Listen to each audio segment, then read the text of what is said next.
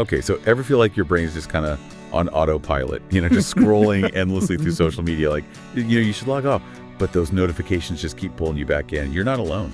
We're going to be doing a deep dive into how social media affects our mental health, especially for young people. And what's fascinating is it's not just about what we see online, it's about how these platforms are actually rewiring our brains. We've got a ton of research here, articles, expert insights, and we're even going to sprinkle in some cool vocabulary about the brain and psychology along the way, so you can level up your English skills while we kind of unpack this whole digital dilemma. I love that. Learning and self-improvement while we explore this heavy stuff. So one thing that really struck me in Dr. Jonathan Haidt's work is this idea of how childhood has changed drastically, especially compared to his own experiences growing up in the 70s. Yeah, you're picking up on a really important point there. Haidt talks about how back then kids were practically kicked out of the house to play, even in a city like New York. It was just a given that you'd be out there exploring, interacting with others, building that real-world social capital. It's like a lost world, right? Yeah. And it wasn't just about playing, it was about building trust within communities. People knew their neighbors, they looked out for each other's kids, basically formed these spontaneous villages. Exactly. And there's a sociologist, Robert Putnam, who coined this term bowling alone to describe what's been happening since then. He argues that we've seen a huge decline in social capital, that glue that holds communities together, smaller families, more fear of crime, and of course the rise of technology all play a role. It's kind of ironic, right? We're more connected than ever through technology, yet we feel increasingly isolated. It is a paradox, and this shift really started to gain momentum in the 90s with this surge in fear around child abduction. The media went into a frenzy, and suddenly parents became hypervigilant, keeping their kids indoors more and more. And here's where it gets really interesting, because statistically speaking, we were fearing the wrong things. The FBI data shows that only about 100 to 150 true kidnappings happen each year in the entire U.S. We were reacting emotionally to these highly publicized cases, not to the actual data. Right. That's a classic example of what psychologists call the availability heuristic.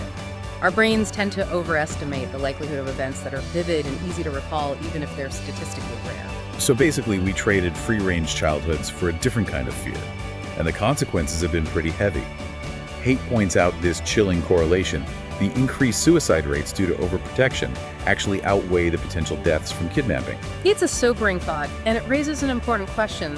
Are we inadvertently harming our kids by shielding them from every perceived danger, especially when those dangers might be statistically insignificant? Okay, so we've got this backdrop of declining social capital, overprotective parenting, and kids spending less time in unstructured play. All of this sets the stage for the arrival of the internet, and more importantly, social media. Right. And initially, the internet was this haven for tech-savvy boys. But as social media platforms emerged, they became increasingly appealing to girls, leading to this mass adoption we see today. And that's when things really started to shift, right? Because social media taps into some very fundamental wiring in our brains, that craving for connection and validation. Precisely. Every time we get a like or notification, our brain releases a little burst of dopamine, that feel-good neurotransmitter. It feels rewarding, so we keep coming back for more. The problem is those quick bursts of dopamine don't compare to the deeper, more sustained satisfaction we get from real-world interactions or achieving long-term goals. It's like constantly snacking on junk food instead of having a nourishing meal. You get that initial rush, but it's fleeting and ultimately leaves you feeling empty. That's a great analogy. And it brings us to another important point. How does social media impact our ability to form healthy relationships? Haidt gives this compelling example of two teenage boys. One is addicted to porn, getting his dopamine hits in a very isolated way. The other is navigating the complexities of real-world dating, learning to read social cues, deal with rejection, build genuine intimacy. Which one do you think is better equipped for healthy relationships and future success? It's a no-brainer, right? But that's the thing with social media. It often provides these simulated versions of connection and intimacy that can actually hinder our ability to navigate real-world relationships. It's like we're practicing our social skills in a virtual reality simulation. But when we step out into the real world, those skills don't quite translate. It's fascinating to think about how social media is changing the rules of courtship, if you can even call it that anymore. Texting etiquette, instant responses. It's also different from the slower, more intentional interactions of the past. And these changes are happening during a critical period of brain development, especially for teenagers going through puberty. Right, Haidt talks about puberty being this sensitive period where the brain is incredibly malleable. particularly receptive to cultural learning and forming a sense of self. So what happens when social media becomes the dominant force shaping those processes? That's the million-dollar question. Because if those algorithms are prioritizing sensationalized content, unrealistic beauty standards, and a constant stream of comparisons, it's easy to see how that could warp a young person's understanding of the world and their place in it. It's almost as if we've outsourced a crucial part of their development to these algorithms designed to keep them scrolling, not necessarily to promote their well-being. It's a sobering thought, and it highlights the need for greater awareness, critical thinking, and intentional choices when it comes to social media use, especially for young people. Absolutely. But it's not just about protecting young minds, it's about understanding how social media impacts all of us, regardless of age. We'll dig deeper into those wider impacts in the next part of our deep dive. So, we've explored how social media has kind of reshaped childhood and tapped into our brain's reward system. But now I'm kind of curious about the specific ways it impacts our mental well-being on a day-to-day basis. We all know that feeling of scrolling through Instagram and suddenly feeling inadequate compared to those perfectly filtered lives. Yeah, you're hitting on one of the most pervasive downsides of social media, the comparison trap. It's almost inevitable in a world where we're constantly bombarded with these curated versions of reality. Right, it's like we're all participating in this unspoken competition to showcase our best selves, our highlight reels. And guess what? Research actually backs this up. Studies have found a direct link between social media use and increased feelings of anxiety, depression, and loneliness, especially when people are passively scrolling and comparing themselves to others. It makes sense when you think about it, We're wired for connection, but social media often creates a sense of disconnection, this illusion that everyone else is happier, more successful, more everything than we are. And it's not just about comparing ourselves to others, it's about this constant pressure to stay connected, to be in the know, which leads to that dreaded FOMO, the fear of missing out. Exactly. FOMO is like this nagging feeling that something exciting is always happening somewhere else, and if we're not online, we're going to miss it. It can lead to this compulsive checking of our phones, even when we know it's not good for us. It's like we're addicted to those little dopamine hits we get from notifications, even if they're mostly just noise. And let's not forget about the uniquely toxic aspects of social media, like cyberbullying and online harassment. The anonymity and distance of the internet can create this breeding ground for cruelty and negativity that can have devastating consequences for mental health. It's scary to think about how easy it is for someone to hide behind a screen and spew hate without any real-world consequences. It's a serious problem, and one that's often amplified by the echo chambers that can form online. When people are only exposed to viewpoints that align with their own, it can lead to this polarization of opinions and this inability to engage in civil discourse. It's like we're losing the ability to disagree respectfully, to see things from different perspectives. Yeah. And that lack of empathy can have a ripple effect, not just online, but in our offline interactions as well. You're right, social media has this power to shape not only our thoughts and feelings, but also our behavior. And when we're constantly exposed to negativity, conflict, and outrage, it can make it harder to be kind, compassionate, and understanding in our everyday lives. So we've talked about some of the major downsides, comparison, FOMO, cyberbullying. But what about the impact of social media on body image?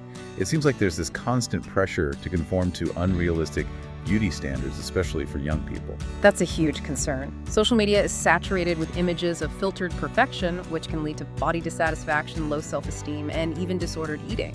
It's like we're being bombarded with these airbrushed images that set an impossible standard of beauty. And when we can't measure up, it can really take a toll on our mental health. And it's not just about the images themselves, it's about the messages those images convey. Social media often equates beauty with worthiness, popularity, and even success, which can create this toxic culture of comparison and self-doubt. It's like we're being programmed to believe that our value is tied to our appearance, and if we don't fit into a certain mold, we're somehow less than. It's a dangerous message, and one that can have lasting consequences for how people view themselves and their bodies. So we've painted a pretty bleak picture of social media's impact on mental health. But I'm curious, are there any potential upsides? Can social media ever be a force for good? Absolutely. It's important to remember that social media is a tool, and like any tool, it can be used for good or ill. It all depends on how we choose to wield it. Think about the movements that have gained momentum and sparked social change thanks to social media platforms. You're right. Social media has played a pivotal role in amplifying voices, raising awareness about important issues, and even mobilizing people for collective action. From the Arab Spring to Black Lives Matter, Social media has proven its capacity to connect people across geographical boundaries and ignite powerful social movements. And on a more individual level, think about how social media can help people connect with others who share their interests, find support groups for specific challenges, and even access valuable information and resources. It's true, social media can be a lifeline for people who might otherwise feel isolated or marginalized. It can provide a sense of belonging and community that can be incredibly empowering and validating. And let's not forget the potential for creativity and self-expression that social media offers. Think about the artists, musicians, writers, and entrepreneurs who have built successful careers and shared their talents with the world through social media platforms. It's inspiring to see how social media can be a platform for creativity, innovation, and even economic empowerment. Exactly. It's a tool with immense potential. But as with any powerful tool, it's important to use it wisely, ethically, and with a mindful awareness of its potential impacts, both positive and negative. So how do we strike that balance? How do we harness the power of social media for good while mitigating its potential downsides? It's a question we'll continue to explore in the next part of our deep dive. So we've covered a lot of ground in this deep dive, the good, the bad, the downright ugly of social media. But now I'm really interested in solutions, like what can we actually do to protect our mental health in this digital age? Well, one thing that's interesting is that the answer might lie in kind of rediscovering some old school wisdom. Remember Haight's concept of the play-based childhood? We need to encourage more of that for ourselves and for the next generation. More free play, more time in nature, more real-world interaction. But basically less screen time and more green time. Exactly. And it's not just about kids. Adults need this too. We need to prioritize those activities that bring us genuine joy and fulfillment, those things that make us feel truly alive and connected to something larger than ourselves. It's like we've forgotten how to sometimes how to disconnect from the digital world and reconnect with ourselves and the world around us. Yeah, that's a great point. And that's where mindfulness comes in. We need to become more aware of how social media makes us feel. If we're noticing that it's triggering feelings of anxiety, comparison, or inadequacy, we need to take a step back and make some changes. So it's not about demonizing social media entirely. It's about using it more consciously and intentionally. Precisely. Think of it like a diet. You don't have to give up all sweets, but you need to be mindful of how much you're consuming and make sure you're balancing it out with healthy choices. The same principle applies to social media. I love that analogy. Yeah. So what are some concrete steps we can take to create a healthier relationship with social media? Well, one simple strategy is to set boundaries. Create tech-free zones in your home, like the dinner table or the bedroom. Turn off notifications so you're not constantly being pulled back into that digital vortex. And consider setting time limits for your social media use. There are apps that can help you track your screen time and even block certain apps during specific times of day. Those are great practical tips. And what about the content we're consuming? Any advice on how to curate a more positive and uplifting feed? Absolutely. Start by unfollowing accounts that make you feel envious, anxious, or negative. Remember, you have the power to choose what you allow into your digital space. Surround yourself with content that inspires you, makes you laugh, and leaves you feeling good. It's like decluttering your digital closet. Yeah. Getting rid of those items that no longer serve you and making space for things that bring you joy. Exactly. And if you find yourself getting sucked into the comparison trap, remind yourself that social media is a highlight reel, not a documentary. People are only showing you the carefully curated versions of their lives, not the messy behind-the-scenes reality. It's easy to forget that, especially when we're feeling vulnerable or insecure. We need to develop that healthy skepticism, that ability to see through the filters and recognize that everyone is struggling in their own way. And that brings us to another important point, empathy. We need to cultivate more empathy and compassion, both online and offline. Before we post something, let's ask ourselves, would I say this to someone's face? Is this kind? Is this helpful? Is this contributing to a positive and supportive online environment? It's about remembering that there are real people with real feelings on the other side of those screens. And it's about using our words and actions to create a more humane and connected world. Beautifully said. And remember, building a healthier relationship with social media isn't a one-time fix, it's an ongoing process. It's about making conscious choices every day, about prioritizing our well-being, and about remembering that our value comes from within, not from the number of likes or followers we have. This deep dive has been incredibly insightful. I feel like I have a much better understanding of how social media is impacting our mental health, and more importantly, what we can do about it. Any final words of wisdom for our listeners as we wrap up this deep dive? Yes, remember that you are not alone in this year. Mental health challenges are incredibly common, and there's no shame in seeking help. Talk to a trusted friend, family member, therapist, or counselor.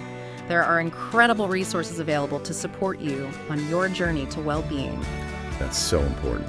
And remember, even small changes can make a big difference. Start by taking one step today. Maybe it's setting a time limit for your social media use.